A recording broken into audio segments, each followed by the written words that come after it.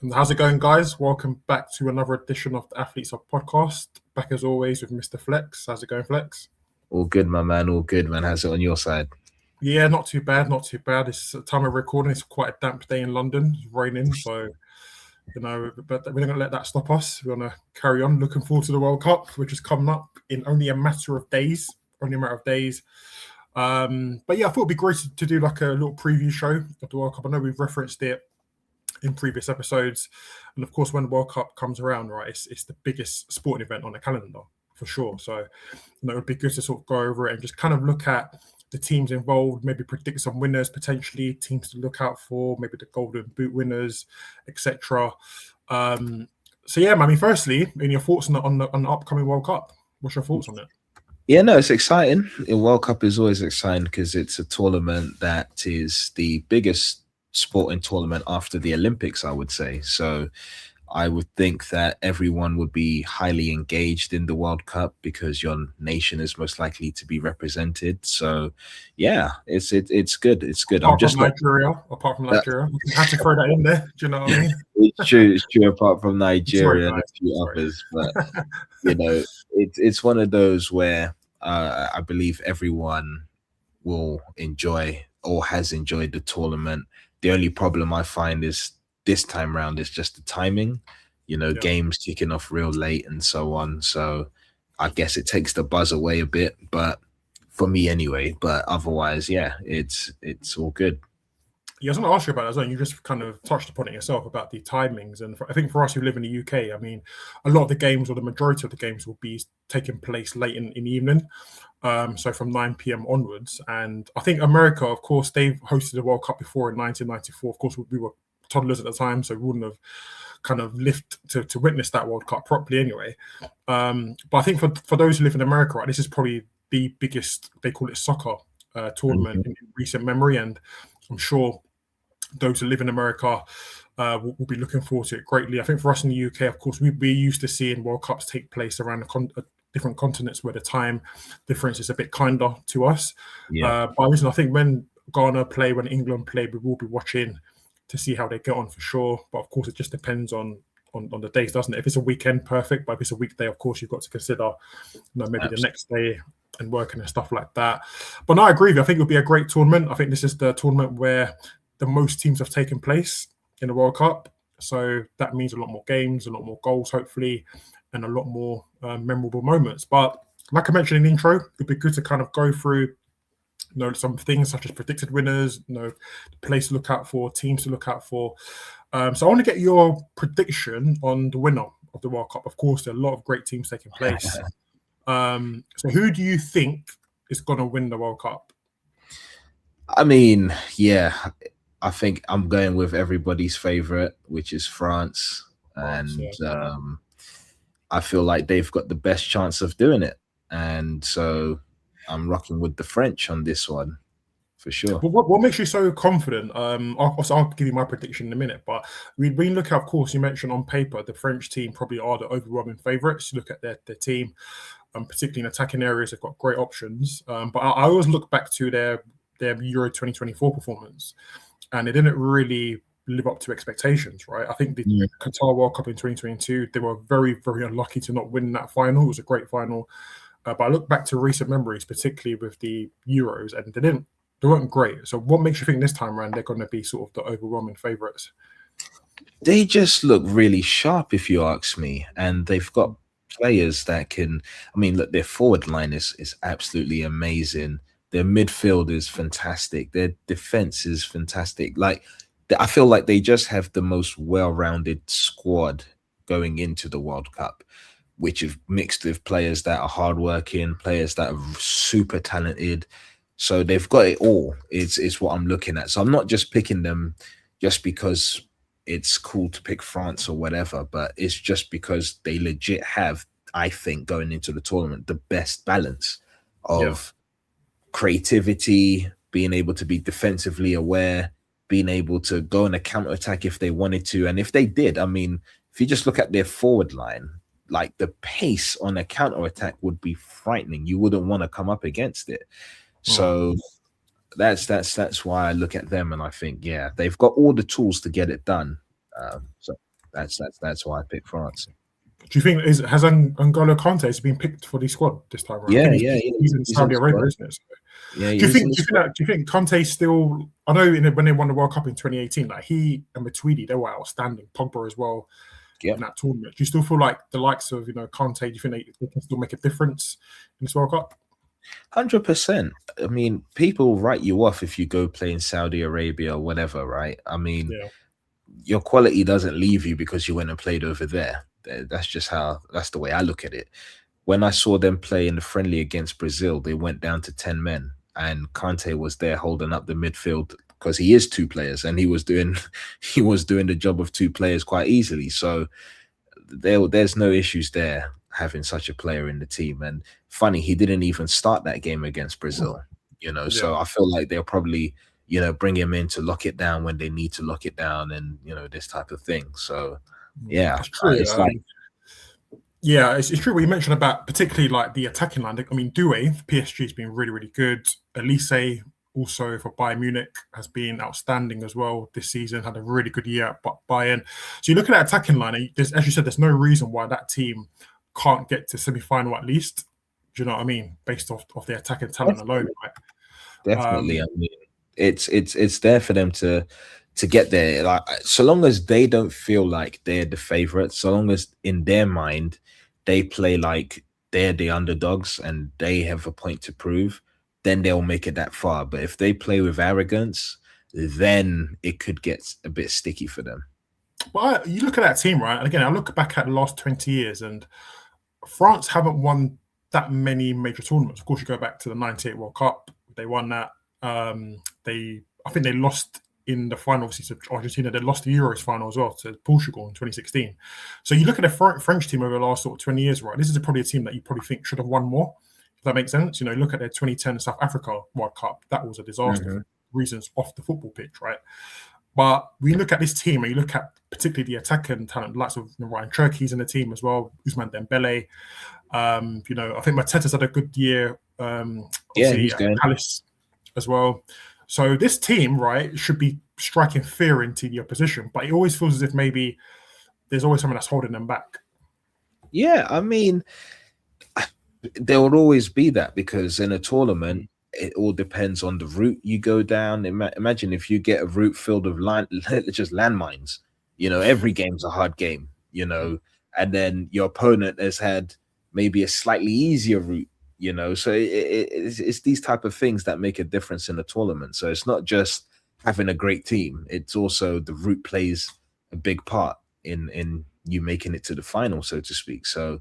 Yeah. We'll see. But then again, if you want to win the World Cup, you have to beat the best teams anyway, I suppose. So, I mean, they say that, but the truth is that like the Champions League, Arsenal did very well to actually top the group phase of the Champions League, and then they went via the most easiest route you could get to go to the final. They've earned the right, by the way. I'm not taking a dig. You finished first in the group stage, so you earned the right to get the easy route, but then you meet a top team in the final and then you get beat. And that's what I'm trying to show over here, is that you say that you will play all the hard teams, but not true. You could just get the most easiest route to the final and then it's potluck. Imagine if you're able to scam it on penalties, and then you end up winning the World Cup, then there you have it. Should you get what I mean? You'll take that. And if you win the World Cup on penalties, like anyone will take it. To be fair, yeah, definitely. But yeah, I think looking at favourites, listen. We spoke about England in previous episodes, and I do feel like, and I think we did the episode on Thomas Tuchel in England months ago with Dylan as well, and we spoke about England's chances at the World Cup, and I do think England are at a stage now where they just need to win something, right? And I think Gareth Southgate did a great job of getting England gradually closer and closer to winning tournaments, whether it was the Euros or the World Cup. And we obviously spoke about Thomas Tuchel's squad selection when it was announced, and there was eyebrows raised in terms of the players who he selected to go to the World Cup. But I just feel as if looking at the balance of the squad, right? Again, it's a squad that's not going there necessarily to entertain, because this is the tournament that has the most teams ever, right? He's just picking a team to get through matches, just to get to the latter stages, and just to win the World Cup. England just have to get over the line, if that makes sense, right? Because look at the current crop of players. as well, right? England have come close enough on a number of occasions now, but sometimes it feels like, okay, now we just have to get over the line, because a lot of these players probably in 4 years' time won't be the same players. Some of them are in their late 20s, maybe approaching their 30s. We don't know what's going to happen, right? So I feel like England, this is probably their best opportunity to go to the World Cup and win it. And I feel like the manager they've got now, Thomas Tuchel, will play a massive part in that. I think you've got a coach in there who's vastly experienced when it comes to tournament football. He knows how to put a team together to win big trophies. He's done that at club level many times, particularly at your club, Chelsea, as well. And again, I think it's a case of just getting the span of the team correct. With Pickford, Maguire didn't get picked, but you've got Bellingham in there. You've got the likes of Elliot Anderson, Rice. Then you've got, if Harry Kane can stay fit throughout the tournament and do what he's done all season, I can't see too many teams stopping England from getting to the latter stages, at least, to be honest. Because I look at a lot of the teams, and we've spoken about France just now, right? But I don't look at many of the other teams and feel like it's the teams of old, if that makes sense. The players have changed. National teams are obviously a lot different now, although there's talent there. The likes of Brazil have talent, but is it the Brazil of old? No. Portugal as well, who look very good, but is it the Portugal team of old? We don't know. Belgium had that spell where they had almost like the golden generation, but they didn't win anything. So teams are not as, I don't think they're as great as it used to be. It's going to be a tough tournament. You've still got to play great teams, right? But I feel like England have a chance to get over the line now and to win it. And I think they will do it, to be honest. I might be wrong. I might come in a month's time and I might look really, really silly, to be honest. But I feel like they're going to be the team to lift it, and it's going to come home this summer. I mean, it would be fantastic, because just looking at, again, to bring up Arsenal, look at how their celebrations were in North London. Well over 1 million people, they were saying, reports say, that turn up. So imagine if England go and lift the World Cup, what that would be like for the nation. It would be scenes. It would be unreal. Like, it would genuinely be unreal. And I personally want to experience what that would feel like. That. What does that feel like? What does that look like? I mean, wow, that would be absolutely crazy. And to be fair, like you've mentioned, we've got a manager that knows his way around cup tournaments, and that's why he's been brought in. The squad, I feel like he has picked, each individual there is peaking at the right time, in their age, in their experience, in their abilities, these type of things. So let's see what we can do in this tournament. I feel like we have an outstanding chance. I feel like we'll be very hard to beat. We've got workhorses in the team that will put in a shift, and we do have players that could unlock a door if a door needs unlocking. And so the only thing we don't have is brute forceness. Like, we don't have, let's say, players that will just kind of take the game on their shoulder and just make it happen for the squad. Like, we don't have that. Like, Mbappe would just decide, you know what, I'm going to just do it. Yeah. And then gets it done. Or for Brazil, a Vinicius or a Neymar or someone who would just say, you know what, I'm just going to just do it. Like, we don't have that. I mean, I would like to say it's Harry Kane, but he sometimes go missing in these big tournaments. So it's hard to put it on him. But I think as do you know what, though? It's like sometimes as well, I think you look at the previous tournaments, right? The only time I remember maybe a single player maybe being a talisman on the team, on the way to their team in the World Cup. I maybe look at maybe Messi in 2022. He was almost their talisman to get to that point. And Mbappe was very close. I mean, he was outstanding in that final, right? But I go back to maybe Ronaldo in 2002. Like in the latter stages in particular, he stepped up, right? And he was a difference to Brazil winning that. They had a great front line with Rivaldo and Ronaldinho, but Ronaldo was that difference, right? And I go back to maybe 2006 when Zidane was very good in the latter stages, but he got sent off against Italy, right? And they didn't win the World Cup as a result of that. So sometimes, teams have to be, I guess, there has to be a togetherness as well. Sometimes you might get the player who will be that difference and kind of carry that team over the line, right? But you look at maybe the Germany team in 2014, Götze came up as a sub, scored in that final. The 2010 Spanish team, I mean, they were a group of 11 machines, really, who stuck to the job throughout the tournament, and it was more of a team effort as opposed to just an individual, right? So I think with the England team right now, they're just shaped in a way, and Thomas said it himself, he's there to basically get a team who can win a tournament, not a team of the most talented players, right? He's there to build a team that can win the tournament. So I feel like it's going to be a really good opportunity for England. And if he can come home this summer, as you said, the celebrations, I think those celebrations would last at least 1 week, 100%. It would have to. It would genuinely have to. I mean, look, the biggest sporting prize has come home for only the second time in its history. Remember, people forget football was created, they say, was created right here in the United Kingdom. And it happens to be that loads of other nations are better at it than us if we're just looking at World Cup records. So for it to come back home, oh mate, it would be unreal. They would have to do a tour. You know how like they have the bus parade, right? Mhm. They would have to do it in each city across the country. It couldn't just be done in London or whatever. Like it would have to go across. How long would that take though? Because think about it, you still got a Premier League season coming up, by the way. So that tour for every city in the UK, are we talking about major cities, or would it be every like city? It would have to be. It would have to be the major ones, right? It would have to be like Manchester, Birmingham, London. You know, those. It'll probably only really be those three. To be fair, like I the think. Northeast and stuff like that. Yeah, they'll have to cover like those different areas, and that would be that. But mate, if that was to happen, I don't even think the boys that would be playing would make it even back for the Premier League on time. Like they'll have to have extended. That's the thing, yeah. Like it's mad, you know what I mean? But I think that, again, the whole nation will come together for that one, isn't it? Like no matter who you support, who you like, who you don't like, England's won the World Cup, right? As you said, for the first time in so many years, man. Everyone will come together for that, and everyone will celebrate it. And of course, every single year it'll be an anniversary, and we'll get a bank holiday. Fingers crossed. Yeah, and then we'll go from there, man. But yeah, I'm going to talk about also moving on to teams to watch. I know we've mentioned obviously France and England as sort of the teams that we predict will win the World Cup, right? But I think there's also teams in there who perhaps are dark horses, and those teams that can cause problems throughout the tournament. And I've picked out sort of Norway, Portugal, and Japan. I think those teams can go on a run. Of course, with Norway, Erling Haaland playing in his first World Cup, Martin Odegaard won the Premier League with Arsenal, had a decent season. They could be a team. It'll be interesting to see how they get on. Of course, Portugal have got Ronaldo, his last World Cup, it looks like.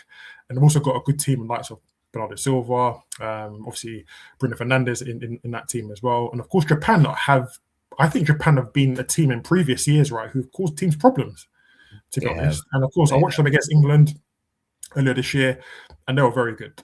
As a team, that team works hard. And I think they played against Germany in 2022. I'm not sure, did they beat Germany in 2022 in Qatar? They did. Yeah. Again, a great team, really well coached. So I think these three teams could cause problems. But when you look at other teams, like what teams do you think are dark horses in the World Cup? I put England there as a dark horse. I personally, because I don't think people genuinely feel like England are going to go win the tournament. It's only us that think that. So I put us in there as dark horses to go out there and do a job. And then from there, I would say you can never really write off the Germans, because the Germans are Germans. They are difficult. They are still immensely talented. They have got players that can do things. So I'll put them there as well. And how about Portugal? I mean, look, Portugal, this is Ronaldo's last World Cup. I listen, as if England or Ghana don't win the World Cup, right, I would love to see Portugal win it, because I think Ronaldo, a lot of people hold it against Cristiano, so he's not won the World Cup, so he can't be in the conversation, which is people say that, right? People to say that.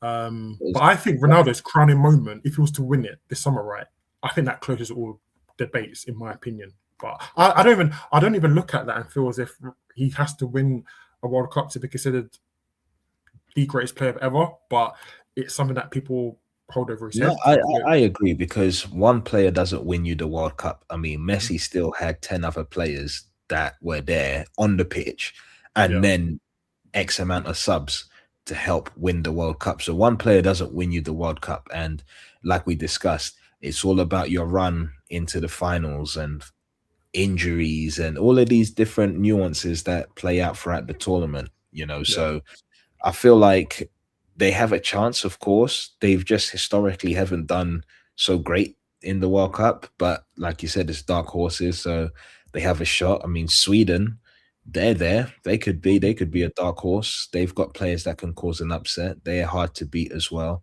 So yeah, Even like there are some of these South Americans, like the Colombians and those you teams know, seem to always do quite well in these yeah, World Cups. Ecuador. I'll put Yeah. Ecuador down as a nation that could go quite. They could probably end up in the quarters. They've got a Mm. decent team. You know what I mean? They've got a decent team. Their spine is actually fairly strong. So yeah, Yeah, it's then true, they're man. used to the humidity and all of these type of things that will be experienced out there in America. The only downfall I would say is that the pitches in America are not the best, and Mm. we could see a lot of injuries, like we discussed with Titi in regards to the Tottenham players having injuries and Madrid players having injuries due to the ground. Where I think it's going to be quite similar out there in America as well. But that's a discussion for a whole another podcast. Yeah, for sure, man. But yeah, I think listen, Portugal have got a great team, as you mentioned. Obviously, the likes of Bernardo Silva in there as well, and obviously, Mendes, who's at PSG, is a very good player. Again, the likes of João Felix as well, and Ramos, who's at the striker at PSG. So I think there's definitely a good team in there. And you mentioned it's surprising that they've not really been more successful in previous tournaments, to be fair. But sometimes, as you mentioned, it's not just about individuals. There has to be some element of luck to it as well. And maybe they've just not had that luck. Of course, they won the Euros in 2016, but that was 10 years ago. So maybe they feel like they're due another major trophy. Okay, let's look at the golden boots. I think we both agree on this one. I think Kylian Mbappe is, when it comes to, I think despite all of maybe the so-called struggles he's had this season at Madrid, right, when it comes to major tournaments, he always steps up. And I referenced the 2022 Qatar World Cup. In that final, he was amazing.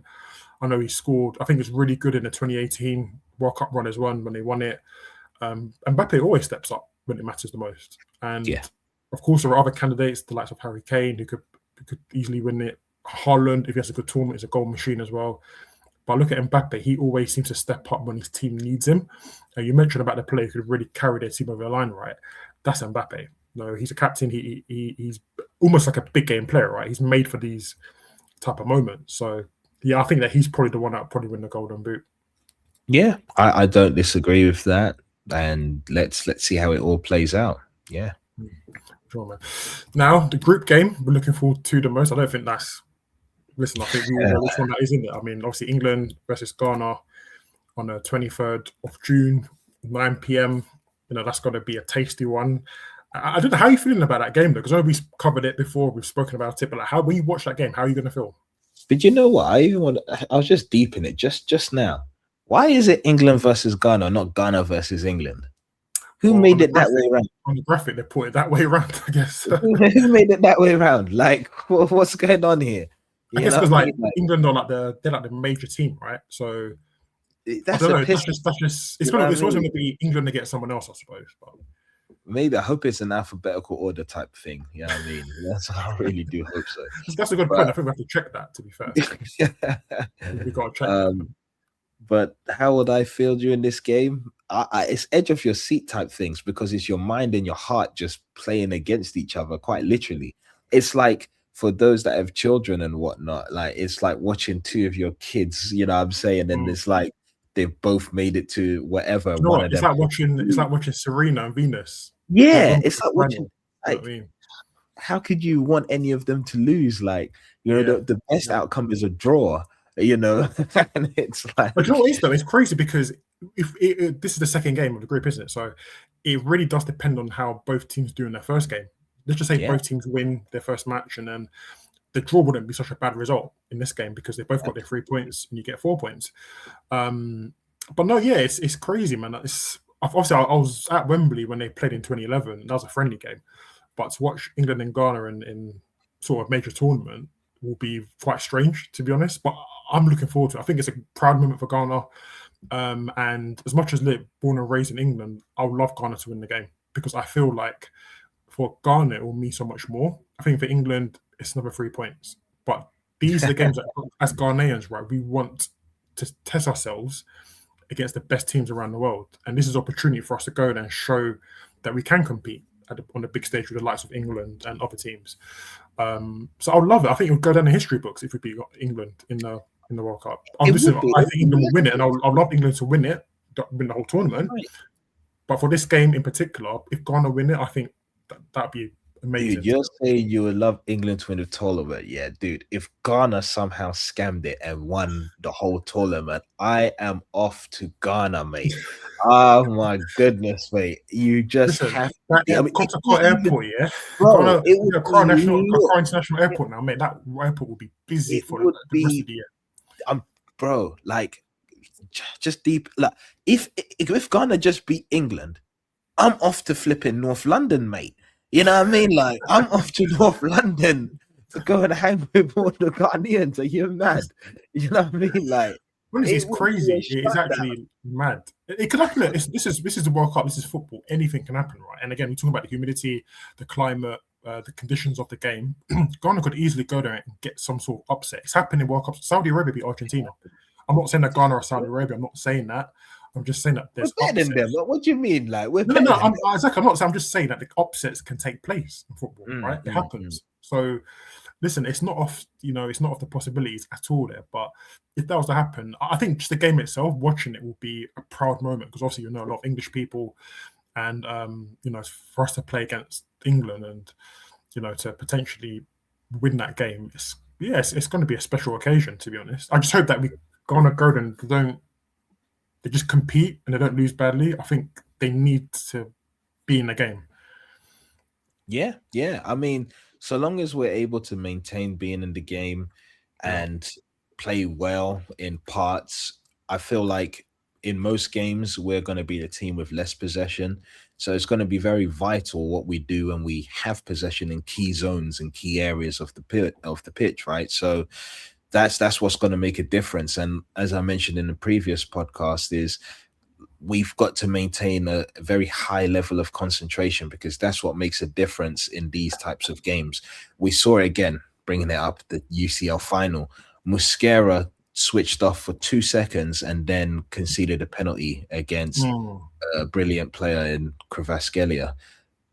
We can't afford to have those switch off moments, because we will be punished. At this level, you are punished and punished severely for any mistake.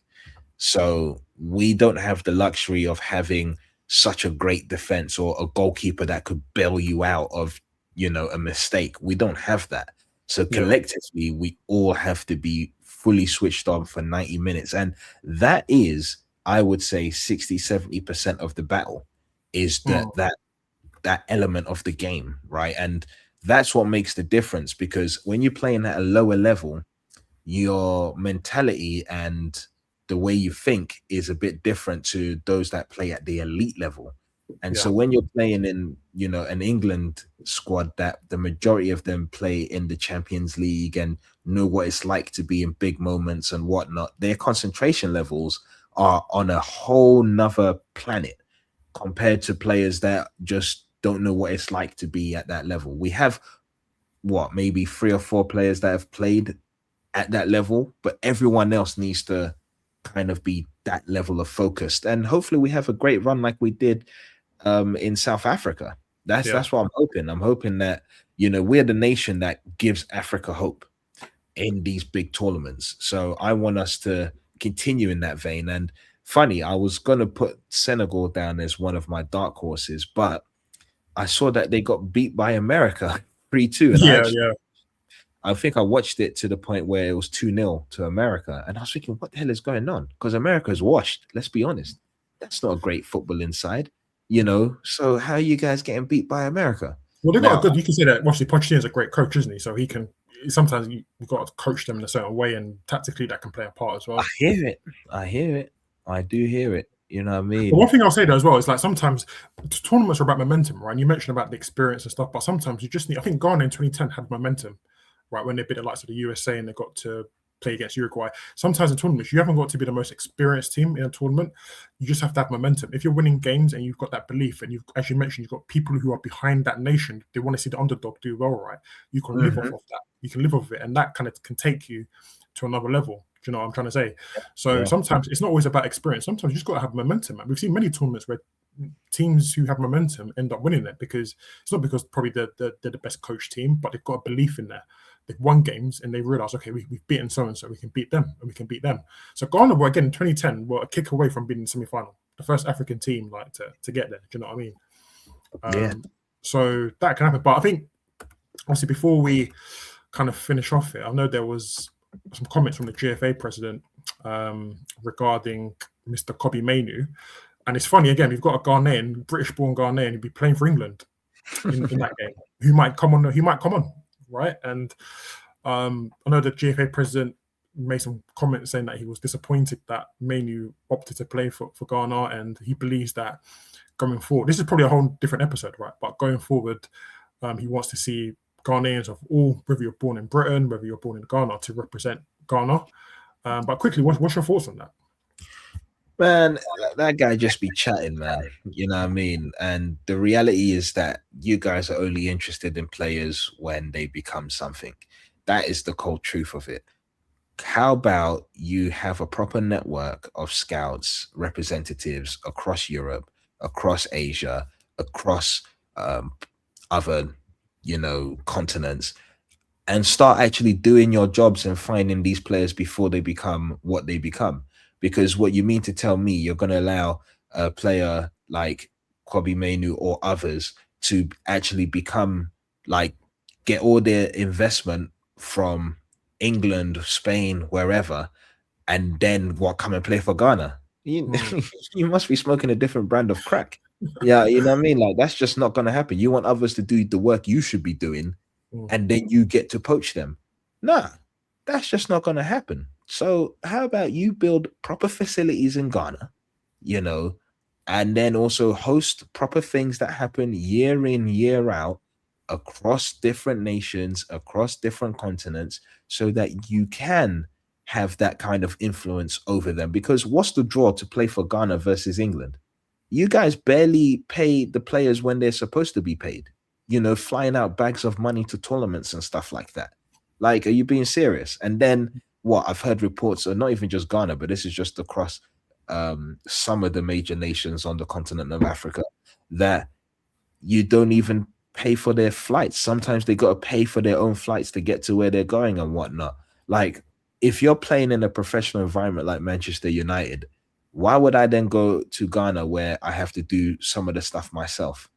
That's just not going to happen. Fix up, look sharp, and then people might consider you. That's what I mean. Not even that they will choose you. They might consider you when you start running your operation professionally. Even the other day, you're supposed to release the 26-man squad that's going to go to the World Cup. They said they're going to release it at 12 a.m. What kind of nonsense is that? So then the squad gets released at a stupid o'clock time because they still don't even know what they're doing. And all you did was drop the 2 goalkeepers like we thought you was going to do anyway.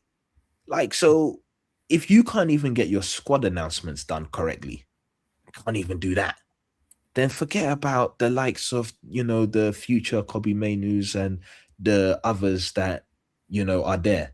The reality is, I'm just going to be honest, if Semenyo, right, was, I guess, his talent peaked a bit later, but if his talent peaked earlier, he'll be playing for England. He will not be playing for Ghana. That's a fact. That's just what it is.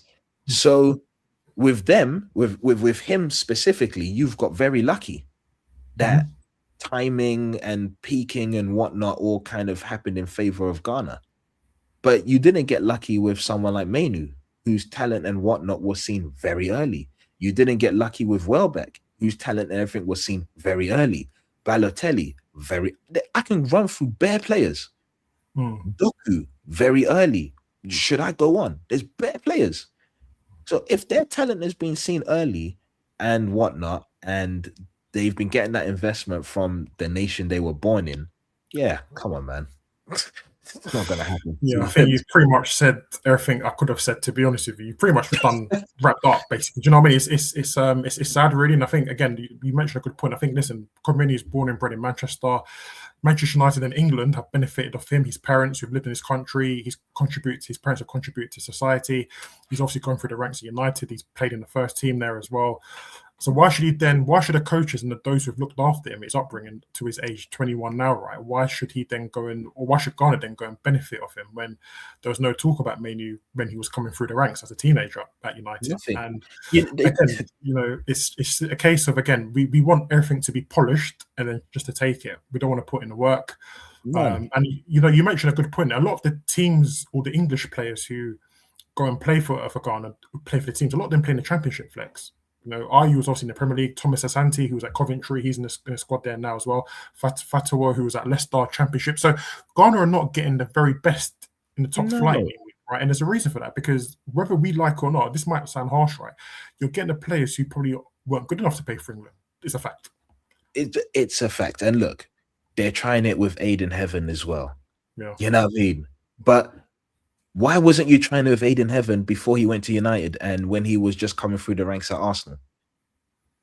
Like, you should be aware of these players. Like, you should be aware that, there is a Ghanaian-born English or British player that is in the ranks at Arsenal. Let's send scouts to keep watching him. Let's have a conversation with the parents. Let's see where they are at, what pathway they feel that they want their son to go down, and blah, blah, blah, blah, blah. Like, it's not, look, dude, it's not hard. I will do the job. I'm happy to go there and do the job, go to games, speak to parents, this, that, and the other. And I'll do it from when they're mad young, because that's where you should be having those conversations. It's not now that the players become something, or is looking like they'll become something that now you want to be interested in. Like you said, by that time, now we're only picking from flipping League 2, League 1, Championship. Yeah. If we're lucky, we'll even go and find someone who might be decent at playing in the national league. Where's the entitlement come from? So again, a nation who he's lived all his life, his parents have lived there, they've worked there, they've contributed to society, he's played for an English team, he's come through the ranks, the club love him. Why shouldn't that country benefit from his services? Why should Ghana be entitled to benefit from it? Why? Because he's got Ghanaian roots. That's the reason why. Because of that. They're saying basically what they're saying effectively is you should be playing where your roots are from. So the whole French squad, they shouldn't be playing where they're playing, because in that case, then no one who's got any, unless you're 100% English, no one should be playing in any other league. Then you shouldn't be playing in England if you're not fully English, right? Then you shouldn't be playing. No. That's what they want to say. That's different, right? Like, so what are you talking about? Premier League? Is that what you're saying? Just English, and you're telling me that because you've got Ghanaian roots, you should play for Ghana, right? Then those players shouldn't be allowed to play in teams that could benefit off their talent. No, so you could play. Remember, right? Anyone can play anywhere for club football, but when it comes to your nation, you should be playing where your blood is from. Which means Declan Rice and Jack Grealish and all these kind of guys, they shouldn't even be playing for England, is what they're saying, because they're not really from here. You're Irish. But that's my point. So why should that English team benefit off the Irish player, right? Do you know what I mean? Do you get where I'm coming from there? Well, why should United benefit from Mainoo then?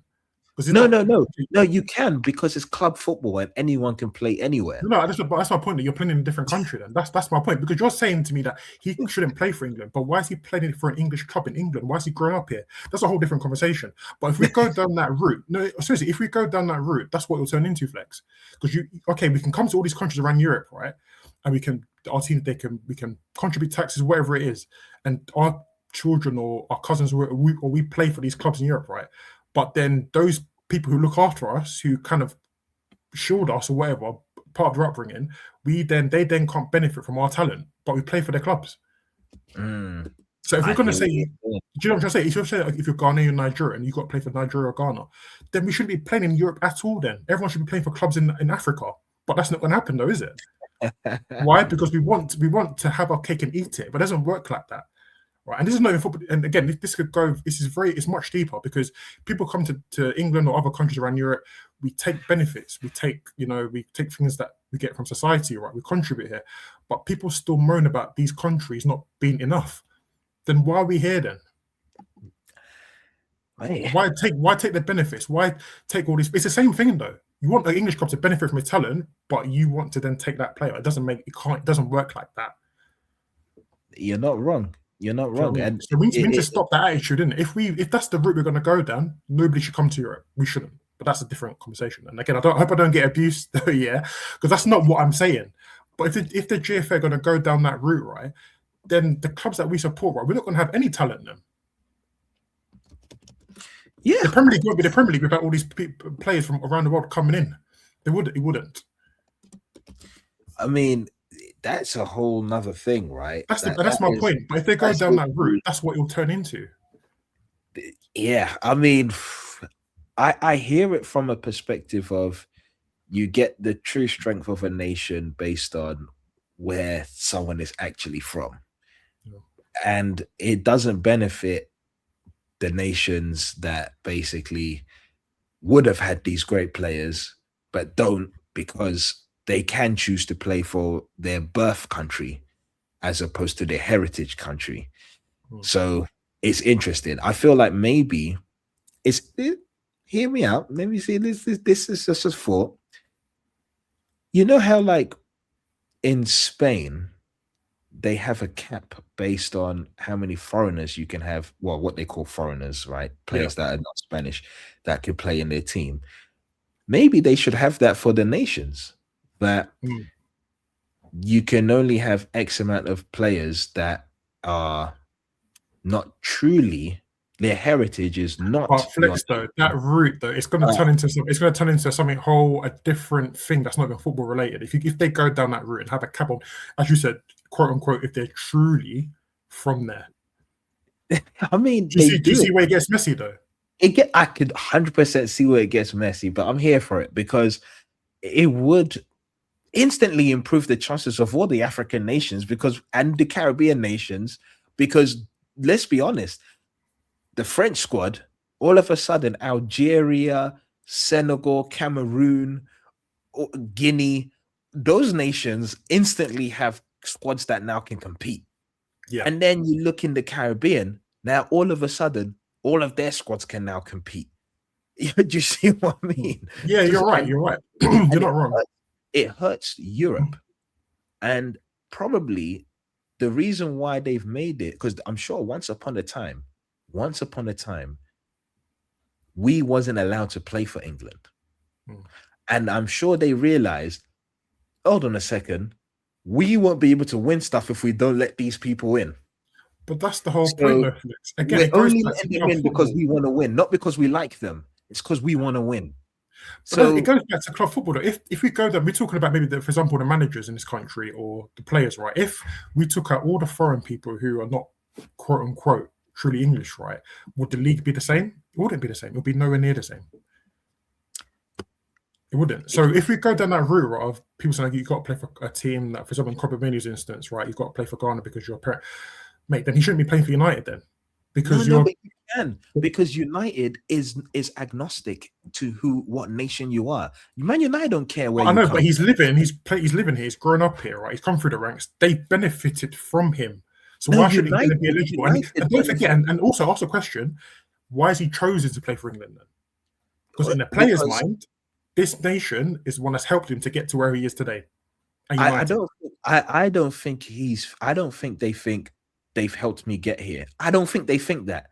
I think I live here. My friends are here. It's everything but they helped me get. I don't think they care about that. Personally, I don't think anyone sits there and thinks, oh, they invested in me. They don't care. It's more relational and ease of access. And well, my life is here, so it's just easier to play for England. And I already know what to expect. At his age, yes. At his age, yes. But we have to think about this stuff properly as well, because it's not his fault.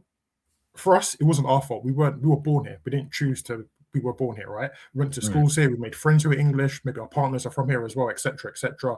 So we live in a country where we benefit from the system, right? And our parents have come here, and it's not been easy. It hasn't, but they've managed to give us a life, and as a result, we've managed to maybe get educations. We've been able to get maybe certain careers as a result of that. But you asked a question though: if the shoe was on the other foot, right, would we get the same opportunities abroad? Or if we were in Ghana, would we get this? Would we be where we are now, basically? Would he be where he is now? Would Mainoo, as a footballer, would he be where he is now? Do you know what's interesting with that? If we we not even if we have had great talents that have been where Mainoo is and even further. The likes of Muntari, Essien, Kojo Samoa, Anan. I can name quite a load of players. So I would say, yeah, for sure. And if we consistently had players of that quality, then yes, we could possibly be even further down that road, because your quality is not being exported, so to speak. You see what I mean? So that's the way I kind of look at it. And that's why I say maybe that cap could help, because then it then gives the nations that would have had those players the chance to have those quality players play for them. And it kind of levels out the playing field, because now everybody is good. That's true. But also remember, Flex, like you mentioned yourself, the money's different. The facilities are different. Ghana have to make their football attractive for them to be considered as an option. You can introduce that cap if you want to do that, right? But if you go to a shop, right, and it's 50% off, right, but the quality is crap, you're gonna buy the one that's more expensive, though, isn't it? And it'll last longer. It's the same thing. So we can introduce that cap all we want, but if the players consistently choose to play for maybe a nation that's got maybe a better chance of winning, perhaps, or maybe we'll look after them as well, because footballers are assets, right? They're people benefit from them, right? And if they're injured, use. That's a fact, right? So they've got to consider all of that as well. In that sense. But it should. And like we said, they have to do a lot of work on improving what they have got going on in Ghana and on various continents. They should have an equivalent of an embassy of football on different nations, where people can go to, parents can go to inquire about the under 10s. We don't even have an under 10s, under 16s or anything like that, but we should be looking at that. We should be able to say that we have under 16s and under 18s in England and under 21s in England. That's just British-based players that have Ghanaian roots that have a desire to play for England. And then we host tournaments amongst themselves across England to then pick the best, say the best 20, 25 players from England. And then we do the same across Europe. And then we have them all play against each other. And we use that as a way of shaping what the future under 21 squad is going to look like based on players that are in the diaspora. And then we bleed them into what we have locally in Ghana as well. And then we sift it. Like, it's not hard to think of this and actually get it done. It's not difficult. So I don't know why it just doesn't happen. Like, I don't know. It might be different factors. It might be money involved. Again, we've spoken about these issues countless times on previous episodes. And, but yeah, listen, I think, it's just a case of, again, if listen, I want Mainoo to listen. Mainoo, if you listen to this, stay United. Don't leave United. Don't ever leave United, because that's your home. Remember that. So, but no, listen. That's a good way to wrap up the episode. And again, guys, please, I've got to encourage you. Please continue to like and subscribe to us on YouTube. And now we're on TikTok. So if you're on TikTok, please give us a follow us on that platform. Again, we're on X, we're on Instagram as well. The handles will be in the description down below. So do give us a follow on all those platforms. Again, leave your comments down below. I know we've had a bit of a interesting end to the episode there today, but this is what it's about. It's about debate. It's about conversation. And let us know your thoughts as well. Who do you predict to win the World Cup? Who's your golden boot prediction winner? And also, who are the teams, dark horses, to look out for? Flexx, as always, has been great. And I'm looking forward to the World Cup. I'm sure all of you are as well. And guys, again, keep up to date with us on social media. We'll have more clips coming out over the next couple of weeks. Flexx has been good. Guys, thanks for watching, and we'll see you all in the next episode. Yes.